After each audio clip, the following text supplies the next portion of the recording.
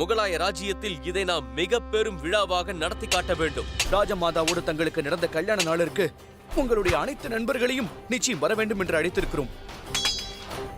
எத்தனை வருடங்கள் சென்றதே தெரியவில்லை. இப்போதுதான் ஆக்ராவிற்கு ஜோதா பேகம் மணப்பெண்ணாக வந்தது போல் இருக்கிறது. எங்களுக்குள் இருந்த வெறுப்பு காதலாக மாறியது.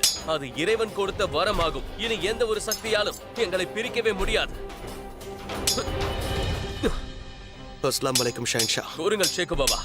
நான் இங்கு வந்து வெகு நாட்கள் ஆகிவிட்டது. நான் மீண்டும் போர்க்களத்திற்கு செல்லலாம் என்று நினைக்கிறேன்.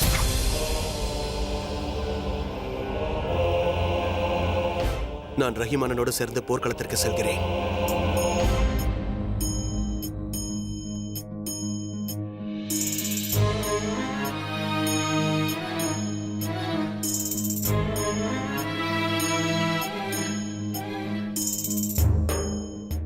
ஷேக்கு பாபா, பல வருடங்களுக்கு பிறகு இங்கு வந்திருக்கிறீர்கள். அதனால் தாங்கள் இங்கேயே இருப்பதுதான் நல்லது. தங்களுக்கு என் திறமையின் மீது நம்பிக்கை இல்லையா?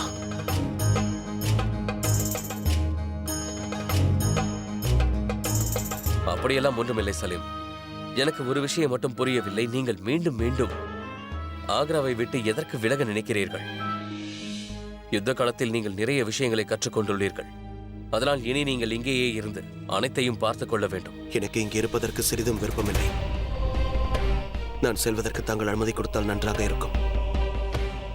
அப்படி இல்லை என்றால் சலீம் தனது தந்தையின் கட்டளையை மீறிவிட்டான் என்று தாங்கள் கூற வேண்டும். நான் அவ்வாறு கூறவே மாட்டேன். ஏனென்றால் சென்ற முறை ஒரு தந்தை தன் மகனை வரும்படி வேண்டி கேட்டுக்கொண்டார்.